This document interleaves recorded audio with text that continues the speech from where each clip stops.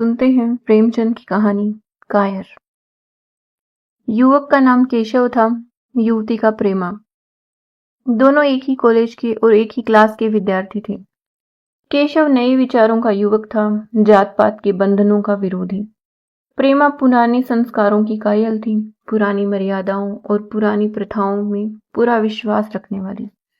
लेकिन फिर भी दोनों में गाढ़ा प्रेम हो गया था और यह बात सारे कॉलेज में मशहूर थी।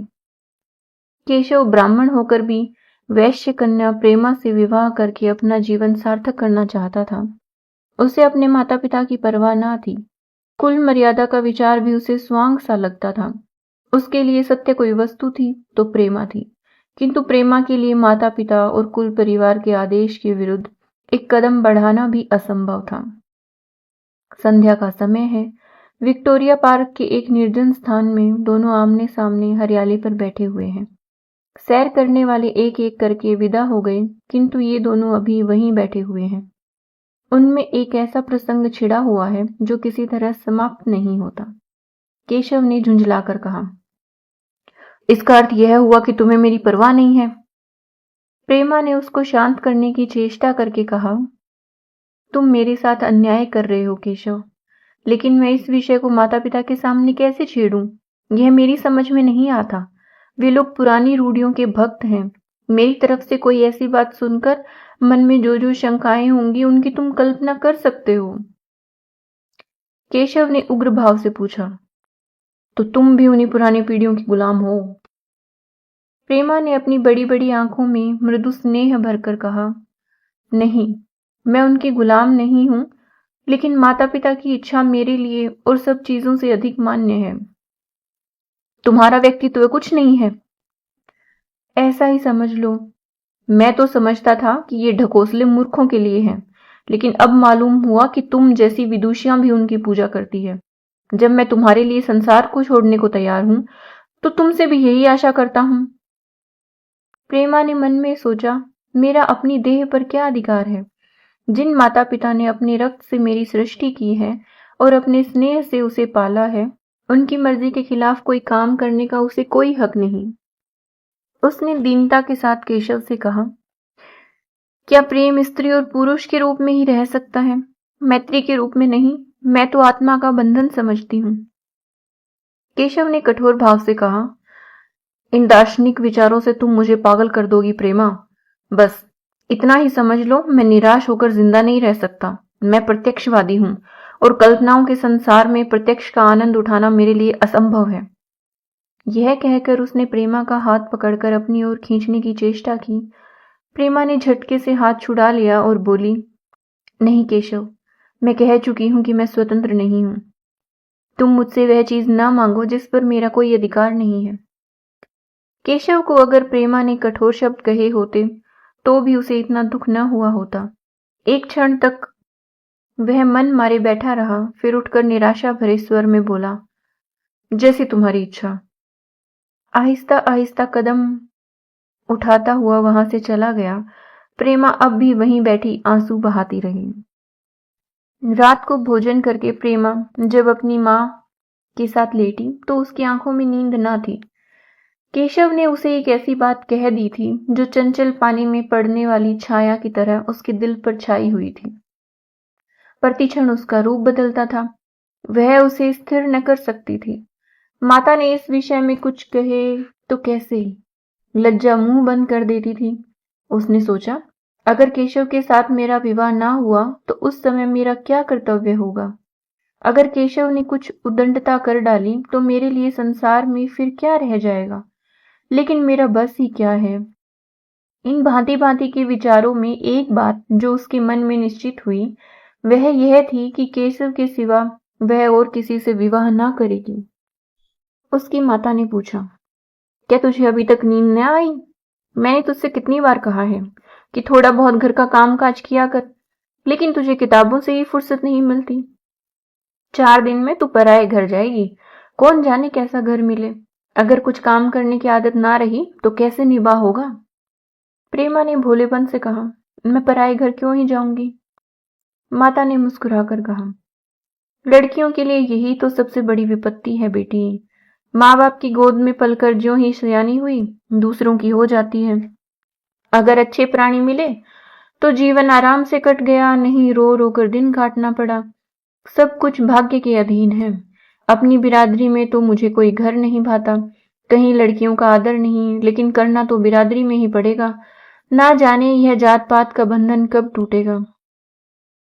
प्रेमा डरते डरते बोली, कहीं कहीं तो बिरादरी से बाहर भी विवाह होने लगे हैं। उसने कहने को तो कह दिया, लेकिन उसका हृदय कांप रहा था कि माताजी कुछ भांप न जाए। माता ने विस्मय के साथ पूछा, क्या हिंदुओं में ऐसा हुआ है? फिर उसने आप इस प्रश्न का जवाब भी दिया, और 2-4 जगह ऐसा हो गया तो उससे क्या होता है। प्रेमा ने इसका कुछ जवाब न दिया। भय हुआ कि माता कहीं उसका आशय समझ न जाए। उसका भविष्य एक अंधेरी खाई की तरह उसके सामने मुंह खोले खड़ा था, मानो उसे निगल जाएगा। उसे न जाने कब नींद आ गई। प्रातःकाल प्रेमा सोकर उठी तो उसके मन में एक विचित्र साहस का उदय हो गया था। सभी महत्वपूर्ण फैसले हम आकस्मिक रूप से लिया करते हैं, मानो कोई दैवी शक्ति हमें उनकी ओर खींच ले जाती है। वही हालत प्रेमा की थी। कल तक वह माता पिता के निर्णय को मान्य समझती थी, पर संकट को सामने देखकर उसमें उस वायु की हिम्मत पैदा हो गई थी जिसके सामने कोई पर्वत आ गया हो। वही मंद वायु प्रबल वेग से पर्वत के मस्तक पर चढ़ जाती है और उसे कुचलती हुई दूसरी तरफ जा पहुंचती है। प्रेमा मन में सोच रही थी, मानो यह देह माता पिता की है, आत्मा तो मेरी है। मेरी आत्मा को जो कुछ भुगतना पड़ेगा वह इसी देह से तो भुगतना पड़ेगा। अब वह इस विषय में संकोच करना अनुचित ही नहीं, घातक समझ रही थी। अपने जीवन को क्यों एक झूठे सम्मान पर बलिदान करे। उसने सोचा, विवाह का आधार अगर प्रेम ना हो तो वह देह का विक्रय है। आत्मसमर्पण क्यों बिना प्रेम के भी हो सकता है। इस कल्पना ही से न जाने किस अपरिचित युवक से उसका विवाह हो जाएगा, उसका हृदय विद्रोह कर उठा। वह अभी नाश्ता करके कुछ पढ़ने जा रही थी कि उसके पिता ने प्यार से पुकारा, मैं कल तुम्हारे प्रिंसिपल के पास गया था, वे तुम्हारी बड़ी तारीफ कर रहे थे। प्रेमा ने सरल भाव से कहा, आप तो यूं ही कहा करते हैं। अरे नहीं, सच। यह कहते हुए उन्होंने अपनी मेज की दराज खोली और मखमली चौखटों में जड़ी हुई एक तस्वीर निकालकर उसे दिखाते हुए बोले, यह लड़का आईसीएस के इम्तिहान में प्रथम आया है। इसका नाम तो तुमने सुना होगा। बूढ़े पिता ने ऐसी भूमिका बांध दी थी कि मां उनका आशय न समझ सकी, लेकिन प्रेमा भांप गई। उसका मन तीर की भांति लक्ष्य पर जा पहुंचा। उसने बिना तस्वीर की ओर देखे ही कहा, नहीं, मैंने तो उसका नाम नहीं सुना। पिता ने बनावटी आश्चर्य से कहा, क्या तुमने नाम नहीं सुना? आज के दैनिक पत्र में उसका चित्र और जीवन वृतांत छपा है। प्रेमा ने रुखाई से जवाब दिया, होगा, मगर मैं तो उस परीक्षा का कोई महत्व नहीं समझती। मैं तो समझती हूँ जो लोग इस परीक्षा में बैठते हैं वे पल्ले सिर के स्वार्थी होते हैं। आखिर उनका उद्देश्य इसके सिवा और क्या होता है कि अपने गरीब निर्धन दलित भाइयों पर शासन करें और खूब धन संचय करें। यह तो जीवन का कोई ऊंचा उद्देश्य नहीं। इस आपत्ति में जलन थी, अन्याय था, निर्दयता थी। पिताजी ने समझा था प्रेमा यह बखान सुनकर लट्टू हो जाएगी। यह जवाब सुनकर तीखे स्वर में बोले, तू तो ऐसी बातें कर रही है जैसे तेरे लिए धन और अधिकार का कोई मूल्य ही नहीं। प्रेमा ने ढिठाई से कहा, हाँ, मैं तो इसका मूल्य नहीं समझती। मैं तो आदमी में त्याग देखती हूँ। मैं ऐसे युवकों को जानती हूँ जिन्हें यह पद जबरदस्ती भी दिया जाए तो स्वीकार ना करेंगे। पिता ने उपहास के ढंग से कहा, यह तो आज मैंने नई बात सुनी। मैं तो देखता हूँ कि छोटी छोटी नौकरियों के लिए लोग मारे मारे फिरते हैं। मैं जरा उस लड़के की सूरत देखना चाहता हूँ जिसमें इतना त्याग हो। मैं तो उसकी पूजा करूंगा। शायद किसी दूसरे अवसर पर ये शब्द सुनकर प्रेमा लज्जा से सिर झुका लेती, पर इस समय उसकी दशा उस सिपाही की सी थी जिसके पीछे गहरी खाई हो। आगे बढ़ने के सिवा उसके लिए और कोई मार्ग न था। अपने आवेश को संयम में दबाती हुई, आंखों में विद्रोह भरे, वह अपने कमरे में गई और केशव के कई चित्रों में से वह एक चित्र चुनकर लाई जो उसकी निगाह में सबसे खराब था और पिता के सामने रख दिया। बूढ़े पिताजी ने चित्र को उपेक्षा के भाव से देखना चाहा, लेकिन पहली ही दृष्टि में उसने उन्हें आकर्षित कर लिया। ऊंचा कद था और दुर्बल होने पर भी उसका गठन स्वास्थ्य और संयम का परिचय दे रहा था। मुख पर प्रतिभा का तेज ना था, पर विचारशीलता का कुछ ऐसा प्रतिबिंब था जो उसके मन में विश्वास पैदा करता था। उन्होंने उस चित्र की ओर देखते हुए पूछा, यह किसका चित्र है? प्रेमा ने संकोच से सिर झुकाकर कहा, यह मेरे ही क्लास में पढ़ते हैं, अपनी ही बिरादरी का है। प्रेमा की मुख मुद्रा धूमिल हो गई। इसी प्रश्न के उत्तर पर उसकी किस्मत का फैसला हो जाएगा। उसके मन में पछतावा हुआ कि व्यर्थ में इस चित्र को यहाँ लाई। उसमें एक क्षण के लिए जो दृढ़ता आई थी, वह इस पैने प्रश्न के सामने कातर हो उठी। दबी हुई आवाज में बोली, जी नहीं, वह ब्राह्मण है। और यह कहने के साथ ही क्षुब्ध होकर कमरे से निकल गई, मानो यहाँ की वायु में उसका गला घुटा जा रहा हो, और दीवार की आड़ में होकर रोने लगी। लाला जी को तो पहले ऐसा क्रोध आया कि प्रेमा को बुलाकर साफ साफ कह दे कि यह असंभव है। वे उसी गुस्से में दरवाजे तक आए, लेकिन प्रेमा को रोते देखकर नर्म हो गए। इस युवक के प्रति प्रेमा के मन में क्या भाव थे, यह उनसे छिपा न रहा। वे स्त्री शिक्षा के पूरे समर्थक थे, लेकिन इसके साथ ही कुल मर्यादा की रक्षा भी करना चाहते थे। अपनी ही जाति के सुयोग्य वर्ग के लिए अपना सर्वस्व अर्पण कर सकते थे, लेकिन उस क्षेत्र के बाहर कुलीन से कुलीन और योग्य से योग्य वर्ग की कल्पना भी उनके लिए असह्य थी। इसे बड़ा अपमान वे सोच ही ना सकते थे। उन्होंने कठोर स्वर में कहा, आज से कॉलेज जाना बंद कर दो। अगर शिक्षा कुल मर्यादा को डुबोना ही सिखाती है तो कुशिक्षा है। प्रेमा ने कातर कंठ से कहा, परीक्षा तो समीप आ गई है। लाला जी ने दृढ़ता से कहा, आने दो, और फिर अपने कमरे में जाकर विचारों में डूब गए। 6 महीने गुजर गए। लाला जी ने घर में आकर पत्नी को एकांत में बुलाया और बोले, जहां तक मुझे मालूम है, केशव बहुत ही सुशील और प्रतिभाशाली युवक है। मैं तो समझता हूं प्रेमा इस शोक में घुल घुल कर प्राण दे देगी। तुमने भी समझाया, मैंने भी समझाया, दूसरों ने भी समझाया, पर उस पर कोई असर ही नहीं होता। ऐसी दशा में हमारे लिए और क्या उपाय है? उनकी पत्नी ने चिंतित भाव से कहा, कर तो दोगे, लेकिन रहोगे कहाँ? न जाने कहां से यह कुलक्षणी मेरी कोख में आई।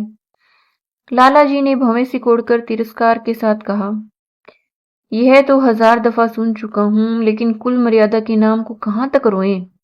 चिड़िया का पर खोलकर यह आशा करना कि वह तुम्हारे आंगन में ही फुदकती रहेगी, भ्रम है। मैंने इस पर ठंडे दिल से विचार किया है और इस नतीजे पर पहुंचा हूं कि हमें इस आप धर्म को स्वीकार कर लेना चाहिए। कुल मर्यादा के नाम पर मैं प्रेमा की हत्या नहीं कर सकता। दुनिया हंसती है तो हंसे, मगर वह जमाना बहुत जल्द आने वाला है जब ये सभी बंधन टूट जाएंगे। आज भी सैकड़ों विवाह जात पात के बंधनों को तोड़कर हो चुके हैं। अगर विवाह का उद्देश्य स्त्री और पुरुष का सुखमय जीवन है, तो हम प्रेमा की उपेक्षा नहीं कर सकते। वृद्धा ने क्षुब्ध होकर कहा, जब तुम्हारी यही इच्छा है तो मुझसे क्या पूछते हो? लेकिन मैं कह देती हूं, इस विवाह के नजदीक ना आऊंगी, ना कभी इस छोकरी का मुंह देखूंगी। समझ लूंगी जैसे और सब लड़के मर गए, वैसे यह भी मर गई। तो फिर आखिर तुम क्या करने को कहती हो? क्यों नहीं उस लड़के से विवाह कर देते? उसमें क्या बुराई है? वह 2 साल में सिविल सर्विस पास करके आ जाएगा। केशव के पास क्या रखा है? बहुत होगा किसी दफ्तर में क्लर्क हो जाएगा। और अगर प्रेमा प्राण हत्या कर ले तो कर ले। तुम सो उसे शह देते हो। जब उसे हमारी परवाह नहीं है तो हम उसके लिए अपना नाम क्यों कलंकित करें? प्राण हत्या करना कोई खेल नहीं है, यह सब धमकी है। मन घोड़ा है, जब तक उसे लगाम ना दो पुर पर हाथ भी नहीं रखने देता। जब उसके मन का यह हाल है तो कौन कहे केशव के साथ जिंदगी भर निभा करेगी। जिस तरह आज उससे प्रेम है, उसी तरह कल दूसरे से हो सकता है। तो क्या पत्ते पर अपना मांस बिकवाना चाहते हो? लाला जी ने स्त्री को प्रश्न सूचक दृष्टि से देखकर कहा, और अगर वह कल खुद जाकर केशव से विवाह कर ले तो तुम क्या कर लोगी? फिर तुम्हारी कितनी इज्जत रह जाएगी? वह चाहे संकोचवश या हम लोगों के लिहाज से यूं ही बैठी रहे, पर यदि जिद पर कमर बांध ले, हम तुम कुछ नहीं कर सकते। इस समस्या का ऐसा भीषण अंत भी हो सकता है, यह इस वृद्धा के ध्यान में भी ना आया था। यह प्रश्न बम के गोले की तरह उसके मस्तक पर गिरा। एक क्षण तक वह अबाक बैठी रही, मानो इस आघात ने उसकी बुद्धि की धज्जियां ही उड़ा दी हों। फिर पराभूत होकर बोली, तुम्हें अनोखी ही कल्पनाएं सूझती है। मैंने तो आज तक कभी भी नहीं सुना कि किसी कुलीन कन्या ने अपनी इच्छा से विवाह किया है। तुमने ना सुना हो, लेकिन मैंने सुना है और देखा है, और ऐसा बहुत संभव है। जिस दिन होगा देखा जाएगा, उस दिन तुम मुझे जीती ना देखोगे। मैं यह नहीं कहता कि ऐसा ही होगा, लेकिन होना संभव है। तो जब ऐसा होगा तो इससे अच्छा यही है कि हम ही इसका प्रबंध करें। जब नाक ही कट रही है तो तेज छुरी से क्यों कटे। कल केशव को बुलाकर देखो क्या कहता है। केशव के पिता सरकारी पेंशनर थे, मिजाज के चिड़चिड़े और कृपण। धर्म के आडंबरों में ही उनके चित्त को शांति मिलती थी। कल्पना शक्ति का अभाव था। किसी के मनोयोग का सम्मान ना करते थे। वे अब भी उस संसार में रहते थे जिसमें उन्होंने अपने बचपन और जवानी के दिन काटे थे। नवयुग की बढ़ती हुई लहर को वे सर्वनाश कहते थे और कम से कम अपने घर को दोनों हाथों और दोनों पैरों का जोर लगाकर उससे बचाए रखना चाहते थे। इसीलिए जब एक दिन प्रेमा के पिता उसके पास पहुंचे और केशव से प्रेमा के विवाह का प्रस्ताव किया, तो बूढ़े पंडित जी अपने आप में ना रह सके। धुंधली आंखें फाड़कर बोले, आप भंग तो नहीं खा गए हैं। इस तरह का संबंध और चाहे जो कुछ हो, विवाह नहीं है। मालूम होता है आपको भी नए जमाने की हवा लग गई। बूढ़े बाबूजी ने नम्रता से कहा, मैं खुद ऐसा संबंध नहीं पसंद करता। इस विषय में मेरे भी वही विचार हैं जो आपके हैं, पर बात ऐसी आ पड़ी है कि मुझे विवश होकर आपकी सेवा में आना पड़ा। आजकल के लड़के और लड़कियां कितने स्वेच्छाचारी हो गए हैं, यह तो आप जानते ही हैं। हम बूढ़े लोगों के लिए अब अपने सिद्धांतों की रक्षा करना कठिन हो गया है। मुझे भय है कि कहीं ये दोनों निराश होकर अपनी जान पर न खेल जाएं। बूढ़े पंडित जी जमीन पर पांव पटकते हुए गरज उठे, आप क्या कहते हैं साहब? आपको शर्म नहीं आती? हम ब्राह्मण हैं और ब्राह्मणों में भी कुलीन। ब्राह्मण कितने ही पतित हो गए हो, इतने मर्यादा शून्य नहीं हुए कि बनिए बक्कालों की लड़की से विवाह करते फिरें। जिस दिन कुलीन ब्राह्मणों में लड़कियां ना रहेंगी, उस दिन यह समस्या उपस्थित हो सकती है। मैं कहता हूं, आपको मुझसे यह बात कहने का साहस कैसे हुआ? बूढ़े बाबूजी जितना ही दबते थे, उतना ही पंडित जी बिगड़ते थे। यहां तक कि लाला जी अपना अपमान ज्यादा न सह सके और अपनी तकदीर को कोसते हुए चले गए। उसी वक्त केशव कॉलेज से आया। पंडित जी ने तुरंत उसे बुलाकर कठोर कंठ से कहा, मैंने सुना है तुमने किसी बनिए की लड़की से अपना विवाह कर लिया है। यह खबर कहां तक सही है? केशव ने अनजान बनकर पूछा, आपसे किसने कहा? किसी ने कहा? मैं पूछता हूं, यह बात ठीक है या नहीं? अगर ठीक है और तुमने अपनी मर्यादा को डुबाना निश्चय कर लिया है, तो तुम्हारे लिए हमारे घर में कोई स्थान नहीं। तुम्हें मेरी कमाई का एक धेला भी नहीं मिलेगा। मेरे पास जो कुछ है वह मेरी अपनी कमाई है। मुझे अख्तियार है कि मैं जिसे चाहूं दे दूं। तुम यह अनीति करके मेरे घर में कदम नहीं रख सकते। केशव पिता के स्वभाव से परिचित था। प्रेमा से उसे प्रेम था। वह गुप्त रूप से प्रेमा से विवाह कर लेना चाहता था। बाप हमेशा तो बैठे ना रहेंगे। माता के स्नेह पर उसे विश्वास था। उस प्रेम की तरंग में वह सारे कष्टों को झेलने के लिए तैयार मालूम होता था। लेकिन जैसे कोई कायर सिपाही बंदूक के सामने जाकर हिम्मत खो बैठता है और कदम पीछे हटा लेता है, वही दशा केशव की हुई। वह साधारण युवकों की तरह सिद्धांतों के लिए बड़े बड़े तर्क कर सकता था। जबान से उसमें अपनी भक्ति की दुहाई दे सकता था, लेकिन इसके लिए यातनाएं झेलने की सामर्थ्य उसमें ना थी। अगर वह जिद पर अड़ा और पिता ने अपनी टेक रखी, तो उसका कहां ठिकाना लगेगा? उसका जीवन ही नष्ट हो जाएगा। उसने दबी जबान से कहा, जिसने आपसे यह कहा है बिल्कुल झूठ कहा है।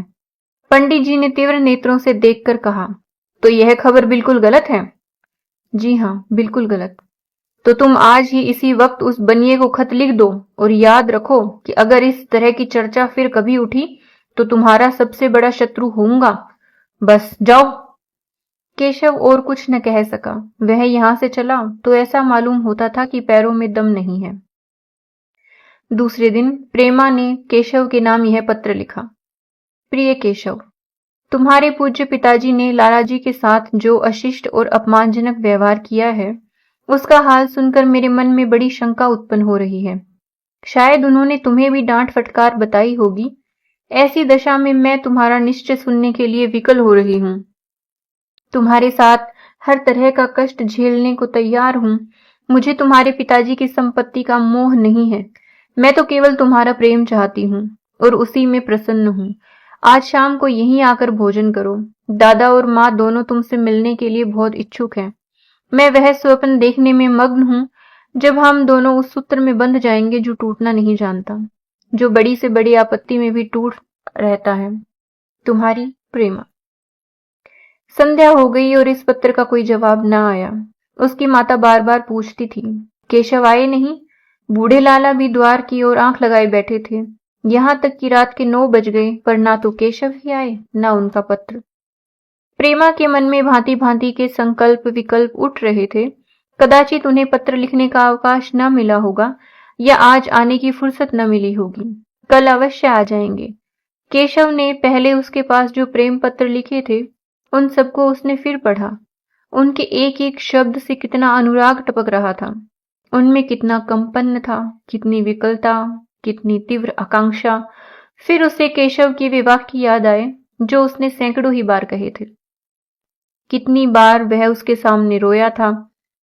इतने प्रमाणों के होते हुए निराशा के लिए कहाँ स्थान था, मगर फिर भी सारी रात उसका मन जैसे सूली पर टंगा रहा। प्रातःकाल केशव का जवाब आया। प्रेमा ने कांपते हुए हाथों से पत्र लेकर पढ़ा। पत्र हाथ से गिर गया। ऐसा जान पड़ा मानो उसकी देह का रक्त स्थिर हो गया हो। लिखा था, मैं बड़े संकट में हूं कि तुम्हें क्या जवाब दूं। मैंने इधर इस समस्या पर खूब ठंडे दिल से विचार किया है और इस नतीजे पर पहुंचा हूं कि वर्तमान दशाओं में मेरे लिए पिता की आज्ञा की उपेक्षा करना दुस्सह है। मुझे कायर ना समझना। मैं स्वार्थी भी नहीं हूं, लेकिन मेरे सामने जो बाधाएं हैं, उन पर विजय पाने की शक्ति मुझ में नहीं है। पुरानी बातों को भूल जाओ। उस समय मैंने इन बाधाओं की कल्पना न की थी। प्रेमा ने एक लंबी, गहरी, जलती हुई सांस खींची और उस खत को फाड़कर फेंक दिया। उसकी आंखों से अश्रुधार बहने लगी। जिस केशव को उसने अपने अंतःकरण से वर लिया था, वह इतना निष्ठुर हो जाएगा, इसकी उसको रत्ती भर भी आशा न थी। ऐसा मालूम पड़ा मानो अब तक वह कोई सुनहला स्वप्न देख रही थी, पर आंख खुलने पर वह सब कुछ अदृश्य हो गया। जीवन में जब आशा ही लुप्त हो गई, तो अब अंधकार के सिवा और क्या रहा। अपने हृदय की सारी संपत्ति लगाकर उसने एक नाव लदवाई। वह नाव जलमग्न हो गई। अब दूसरी नाव कौन कहां से लदवाए? अगर वह नाव टूटी है तो उसके साथ वह भी डूब जाएगी। माता ने पूछा, क्या केशव का पत्र है? प्रेमा ने भूमि की ओर ताकते हुए कहा, हाँ, उनकी तबीयत अच्छी नहीं है। इसके सिवा वह और क्या कहे। केशव की निष्ठुरता और बेवफाई का समाचार कहकर लज्जित होने का साहस उसमें ना था। दिन भर वह घर के काम धंधों में लगी रही, मानो उसे कोई चिंता ही नहीं है। रात को उसने सबको भोजन कराया, खुद भी भोजन किया और बड़ी देर हारमोनियम पर गाती रही। मगर सवेरा हुआ तो उसके कमरे में उसकी लाश पड़ी थी। प्रभात की सुनहरी किरणें उसके पीले मुख को जीवन की आभा प्रदान कर रही थी।